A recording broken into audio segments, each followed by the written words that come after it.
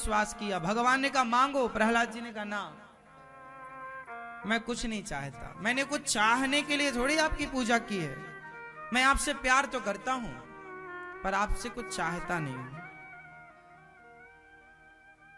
मैया देख लिया मोबाइल आपने, अपनी शकल मोबाइल में अच्छी लग रही हो। हाँ, दर्पण नहीं रखा बैग में? आजकल सेल्फी है ना, मोबाइल पे देख लेते हम, कैसे बाल बाल फैले तो नहीं। हाँ, लिपस्टिक छूट गई क्या?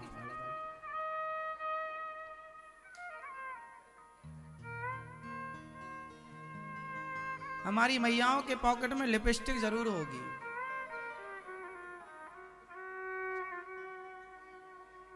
और छोटा सा आईना। अब तो सेल्फी का टाइम आ गया जमाना, तो आईना आप लोग कम रखते हैं। जिन माताओं को नहीं आती सेल्फी, वो आईना जरूर रखती हैं, कहीं भी चुपके से लिपस्टिक पोत ली। हाँ, कछा छूटे छूट जा, पर लिपस्टिक नहीं छूटनी चाहिए।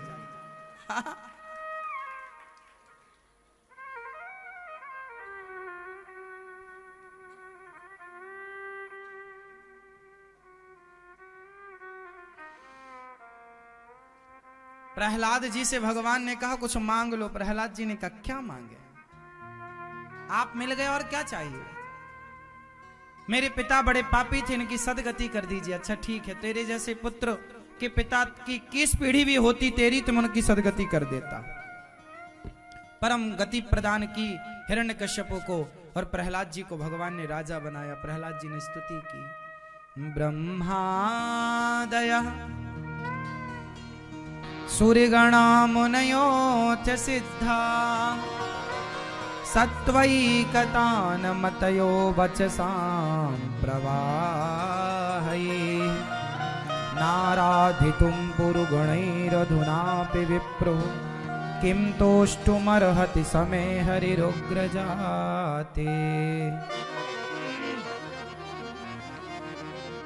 भगवान ने प्रहलाद जी पर कृपा की और प्रहलाद जी ने परम गति प्रदान की। प्रहलाद जी की परम गति दिव्य। प्रहलाद जी निष्काम भक्त थे। एक हाथी का पांव मगर ने पकड़ लिया, भगवान ने हाथी की रक्षा की। उस हाथी ने भी पुकारा, ग्राह का सिर काटा और हाथी की रक्षा की। श्राप के कारण ग्राह और हाथी बने। आज भगवान ने दोनों पर कृपा की। समुद्र मंथन हुआ, 3 अवतार लेकर आए भगवान, धनवंतरी, कच्छप और मोहिनी। तीनों अवतार जब भगवान ने लिए तो भगवान की एक लीला पूरी हुई। समुद्र मंथन। समुद्र मंथन से पहले जहर निकला जो शिवजी ने पिया, गौ माता निकली जिसे देवताओं ने ग्रहण किया, कामधेनु गाय, उच्चैश्रवा नाम का घोड़ा निकला, ऐरावत नाम का हाथी निकला। ये सब समुद्र मंथन से निकले हुए हैं, घोड़ा, हाथी और गाय। इसके बाद अंत में धनवंतरी भगवान, बीच में लक्ष्मी मैया प्रकट हुई और भगवान नारायण को पति के रूप में चुना। इसके बाद समुद्र मंथन के आखिरी में अमृत निकला, जिसके लिए देवासुर संग्राम हुआ, और जिसके बाद भगवान मोहिनी अवतार लेकर आए और बंटवारा करते हैं। राजा बलि शुक्राचार्य जी की कृपा से स्वर्ग के राजा बन गए, देवताओं को जीत लिया और उन्होंने 99 यज्ञ पूरे किए। जो 100 यज्ञ कर लेगा वो इंद्र का अधिकारी हो जाएगा। आपको पता है पुण्य करने से हम इंद्र भी बन सकते हैं। आपके पुण्य आपको, आज जितने भी बड़े पैसे वाले लोग, आपको क्या लगता है टाटा, बिड़ला, अडानी, अंबानी बहुत पैसे वाले हैं, सारी सुख सुविधाएं उनके जीवन में है। यहां आदमी एक रोटी भी कमाता है तो उसके लिए भी उसे मेहनत करनी पड़ती है। कुछ लोगों का पेट ही नहीं भर पा रहा है, भर पेट कमा भी नहीं पा रहे हैं, साइकिल खरीदने के भी लाले पड़े हैं। हाँ या ना? 500 रुपए का गद्दा खरीदते हैं तो सोचते हैं 10-12 के खरीदे कि नहीं, बजट है कि नहीं। कुछ लोग 100-100 रुपए के लिए परेशान हैं, और कुछ लोग अडानी अंबानी जैसे लोग किसी प्रकार की कमी नहीं। तो आपको क्या लगता है ऐसा क्यों है कि कोई इतना गरीब कोई अमीर? ऐसा इसलिए कि इन्होंने कभी कोई पुण्य किया होगा। जो पुण्यात्मा होते हैं भगवान उन्हें सब कुछ देते हैं। जो संसार में रह करके भी सारा सुख भोगते हैं, ये पुण्य से ही संभव है। जो व्यक्ति बहुत सुखी है, समझ लो किसने पुण्य किया होगा, उसी का फल मिल रहा। आप करो पुण्य, आपको भी मिलेगा। अब आप पुण्य ना करो, पाप करो, किसी का दिल दुखाओ, किसी की रोटी छीन लो, किसी के साथ गलत करो और सोचो कि हम धन्ना सेठ हो जाएं। आपने यदि गलत किया है, बड़ा पैसा पाया, आपने गलत किया, तो फिर आप पिछले जन्म के पुण्य से तो इस जन्म में अमीर हो, धन धान्य से भरे हो, पर इस जन्म में गलतियां करोगे, पाप करोगे, तो अगला जन्म आपका माइनस हो जाएगा।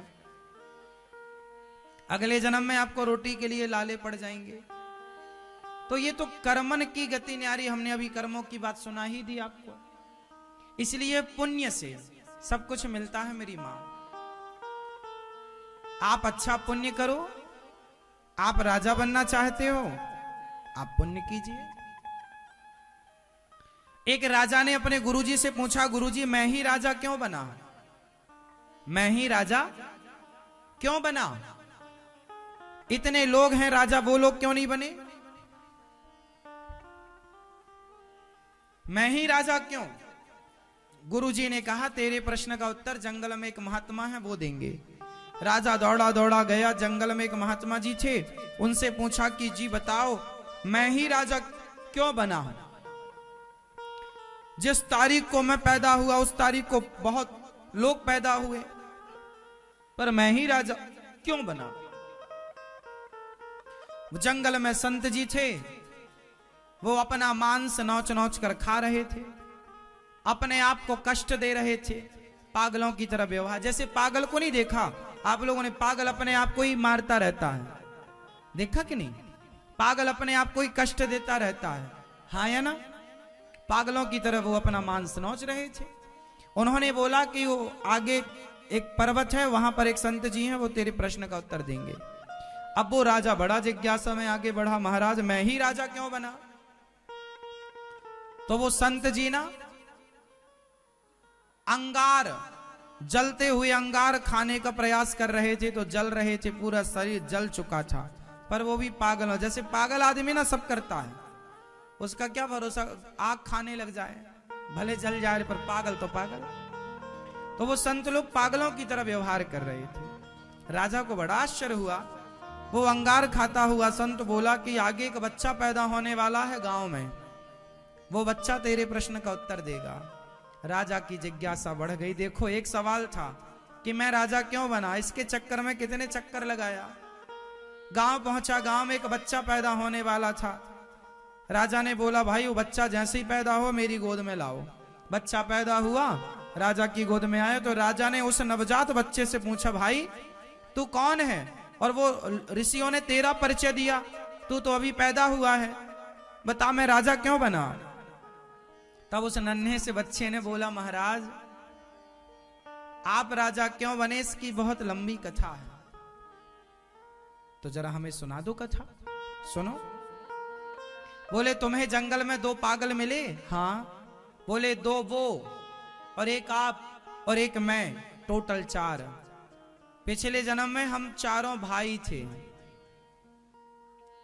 हम चारों भाई थे, चारों हम लोग निकले थे कमाई करने के लिए, पर एक जंगल में हम लोग रास्ता भटक गए थे। और जंगल में बहुत भटकने के बाद भी जब हमें कोई रास्ता नहीं मिला, तो जंगल में कोई बीच में एक छोटा सा हमें गांव नजर आया। हम बहुत भूखे थे चारों भाई, तो चारों हम भूख से तड़प रहे थे।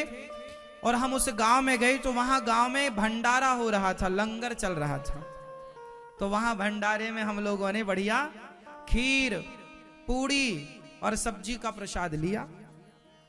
और चारों प्रसाद लेकर एक सुंदर से नदी के किनारे जाकर हाथ पांव धोकर, और चारों लोग खाने ही जा रहे थे कि कोई भूखा आदमी आकर बोला भैया हम बहुत भूखे हैं, कुछ खाने को दे दो।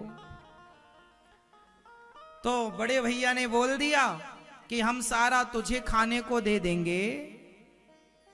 तो तो क्या हम अपना मांस खाएंगे? तो वो इस जन्म में वो अपना ही मांस खाने वाले बन गए, पागलों की तरह। उस भिखारी ने दूसरे से कहा, भैया आप अपना भोजन हमें दे दो, हमें बड़ी भूख लगी है। तो दूसरे ने कहा, हम तुझे दे देंगे तो क्या हम लूघर खाएंगे? लूघर मतलब अंगारा, क्या हम अंगार खाएंगे? तो इस जन्म में उनकी बुद्धि ऐसी बनी कि वो अंगार खा रहे हैं पागलों की तरह। फिर उसने हमसे मांगा कि भैया भूख बहुत लगी है, कुछ आप दे दो। तो मैंने बोला कि हम तुझे दे देंगे तो हम भूख से मर नहीं जाएंगे, तो हम देखो अभी पैदा हुए हैं, अभी मर जाएंगे। और तुमसे मांगा तो तुमने अपनी पूरी थाली उस भूखे को दे दी कि जाओ, हम भूखे हैं कोई बात नहीं, पर तुम भूखे हो, पहले तुम्हारी भूख मिट जाए फिर हमारी भगवान मिटा देंगे। बस तुम्हारी ये भावना, तुमने एक थाली भोजन जिसमें जरा सी पूड़ी थी, खीर थी और सब्जी थी, तुमने किसी भूखे को दिया, पेट भर भोजन अपना दे दिया। इसके कारण, तुम्हारे उस थोड़े से पुण्य के कारण तुम्हें इस जन्म में भगवान ने राजा बना के भेजा कि तुम दूसरों का दुख समझते हो, तुम दूसरों की भूख समझते हो, तुम दूसरों की जरूरत समझते हो, इसलिए तुम राजा बनने के योग्य हो। भगवान आप में से, हम में से ही तो किसी को चुनेंगे ना, जिसके अंदर परोपकार की भावना है, जो सोचेगा, जो अपने पेट के बारे में सोचता है। भगवान बोले ये तो केवल अपना सोचता है, और अपना तो पशु पक्षी भी सोच लेते हैं, पर सभी में बांट कर खाए उसे इंसान कहते हैं। राजा तुम क्यों बने? तो याद रखना, आज कोई राजा है या कोई भिखारी है या कोई पागल है, ये सब अपने अपने कर्मों का दंड पा रहे हैं। इसलिए कहता हूं कि किसी को भोजन दो।